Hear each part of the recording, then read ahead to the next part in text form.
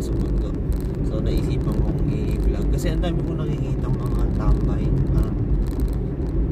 Sana one of these days mga tambay din ako ng motor, pero mga sasakyan, cars, motorcycle. Parang ang saya kasi tumambay na gano'n daw. Hindi kasi ako matatambay. More on ano kasi ako pag yung medyo gumabi na, mga alas 10 hanggang ng oras, tulog na ako. Kaya hindi ko talaga naranasan yung mga tambay na gano'n. So ngayon, punta ako ng Tagaytay para sa mundo. Ayun.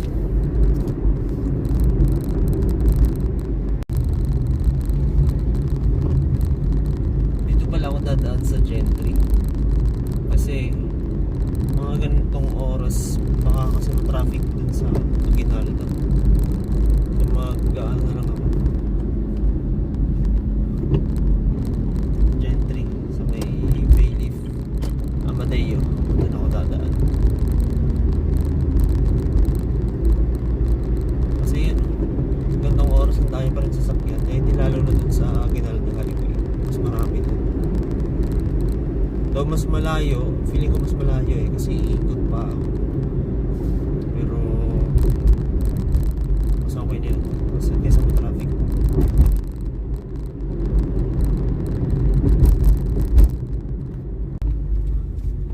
Anong oras na mag-11 na, pero may traffic pa din dito.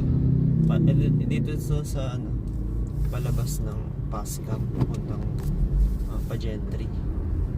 Gentry na pala to. Pascam sa may kanto. Ayan, traffic pa din. Kaya hindi ako dumaan dun sa kabila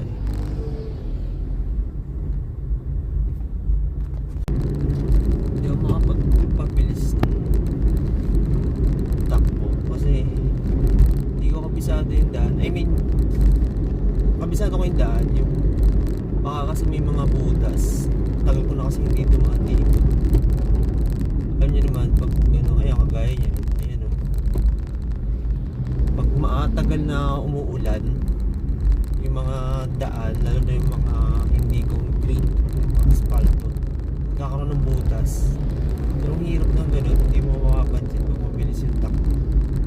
Kaya ayun, alalay lang yung takbo.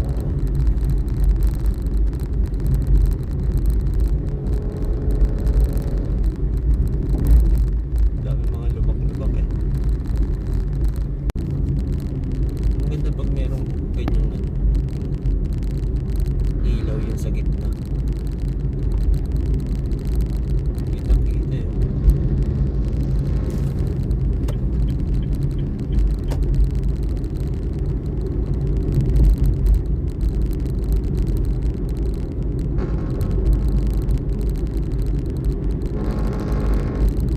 Kasi parang hindi mag-11 or ngayon lang ako nakalabas. Pasensya na, taga-bundok kasi ako Pag dumilim, tulog na.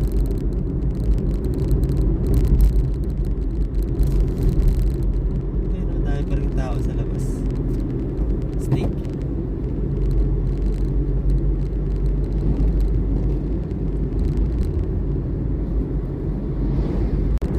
Okay din naman yung may guhit kasi kitang-kita. Pero ang forma kasi nung may ilaw sa gitna Ayan, ito wala nang guhit. Parang bigla nakakalito.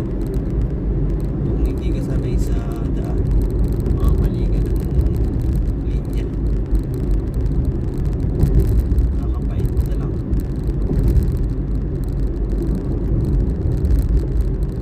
Alam pag may kasalubong ka na mataas yung ilaw, tapos walang guhit. Ayan, dyan mo makikita yung mga sanay na nagdadrive. Pag yung mga bago pala nagdadrive, hirap na hirap sa ganun. Ako dati nahihirapan ako sa ganun kasi ang technique dyan, pag may mga kasalubong na mga naka-high or malakas yung ilaw, wag mong titingnan yung headlight nila kasi oras na tingnan ko yung headlight nila, wala na, bulag ka na, wala ka na makikita. Doon ka lang titingin sa linya mo o dun sa binabato ng ilaw mo. Pwede rin sa guhit kung may guhit na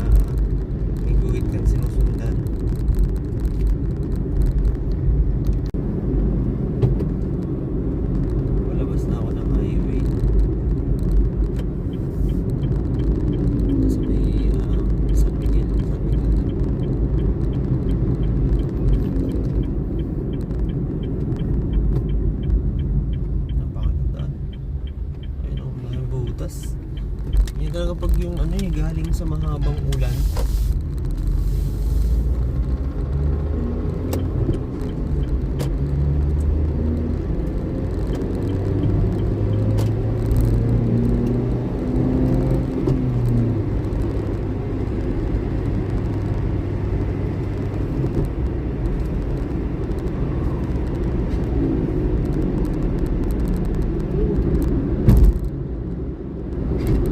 Wala akong malaki. Yan ang ulan, lubak yung tulay na yun.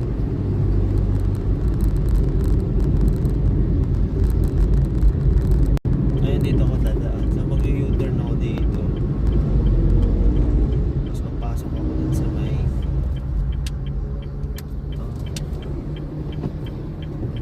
Bayleaf. Sige lang. Ayun.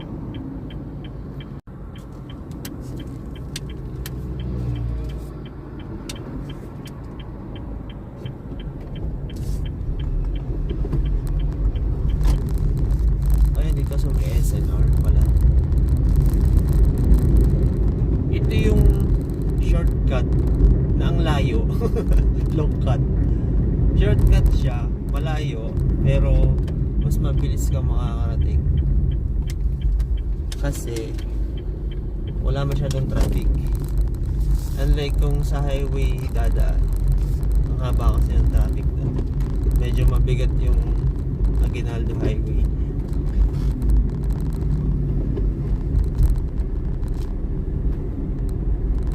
Kunti lang dumadaan dito.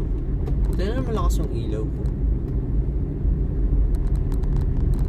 Puro ano lang yan ha, puro headlight lang, wala akong fog light.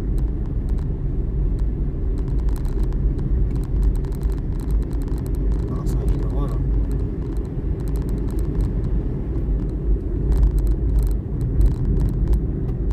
Ano nga pala dito? May oras. May oras nga pala dito, bukas pa kaya ito? Sarado. Ligot ako. Nakalimutan ko. Nasara nga pala yan.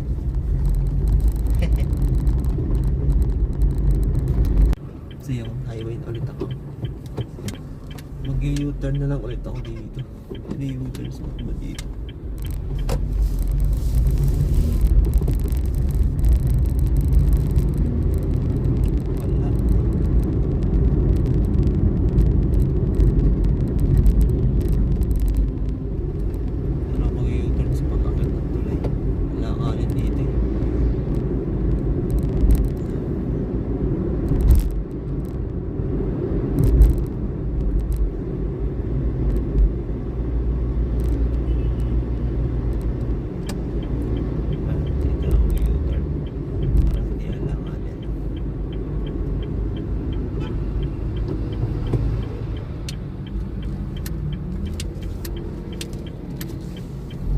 Doon ako dadaan sa may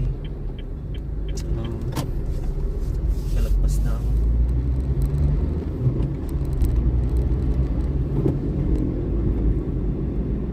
Jollibee ata. Ayun, manggahan na ata ito. Dire-diretsuhin ko lang to hanggang sa tumagos ako ng Tagaytay. Yun lang, ba't ang bagal?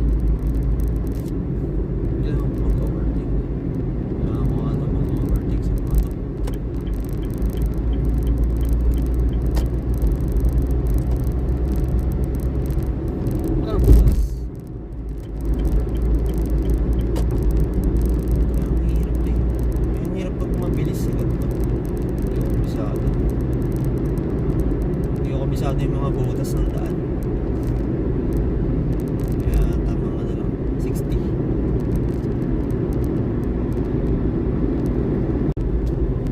Layo pa nga pala. Layo nga pala nito. May lakas ang ilaw. Taasan ko kaya ng ilaw.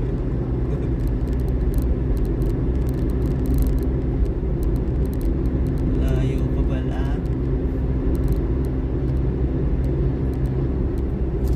Pero maganda kasi daan dito. palto, hindi siya matagtag. So, dire-diretso lang.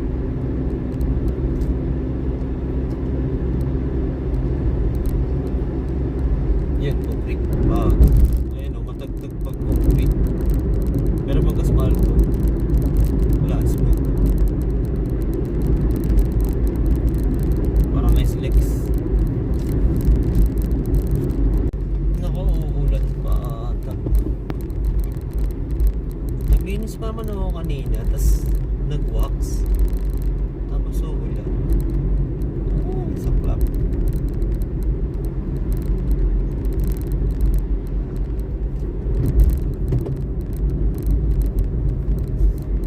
Uulan na nga.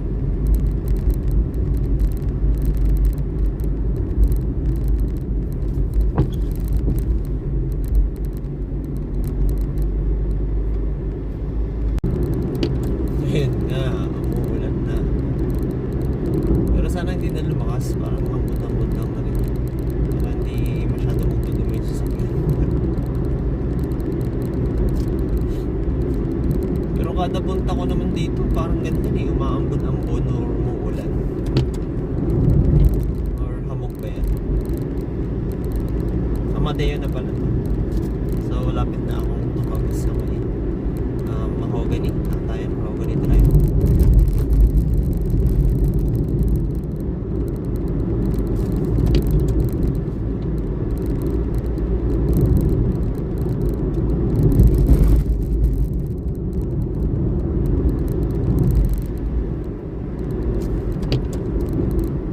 Ayan na.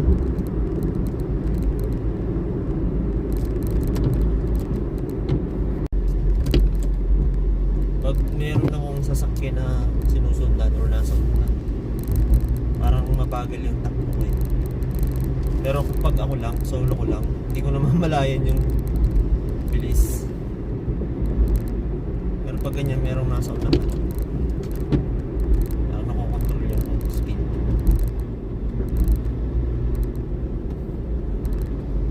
Ayan, malapit na ako nakabas ng highway, natatanaw ko yan.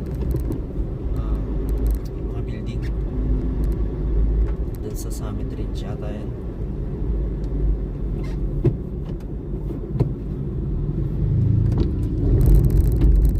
Ibig sabihin malapit na ako sa highway. Ayan, Mahogany na ata ito. Mahogany Drive. So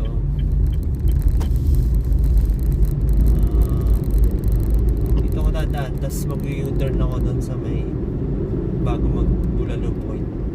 Kasi yung pupuntahan kong hotel dito banda sa linya ng Sky Ranch. Pwede naman ako tumiretso doon kasi mas kabisado ko kasi dito. Hindi ko alam kung saan tapat mismo yung hotel eh. Kaya dito ako dumaan para makita ko.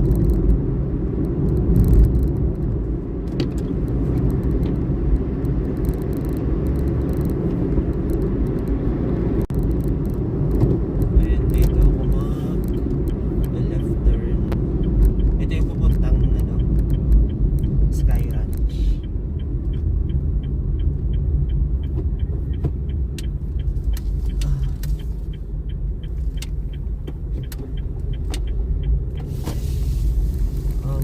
Ayan pala, Hotel Casiana. Ayan, pupuntahan ko yun.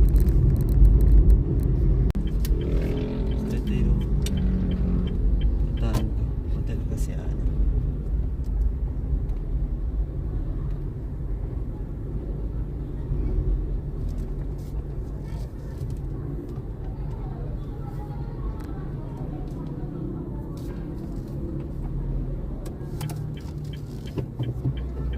Dito na ako sa Hotel Casiana. So, antayin ko na lang lumabas yung susunduin ko. Anong oras na? 11:34. Wala na pala akong gas. So, yun. Pag tumawag naman na siya, sa labi na daw, kaya hindi na ako umalis. Buti na lang, nagpagas kami. Nakatawag pa si Princess. Kasi kanina, dire-diretso na kami.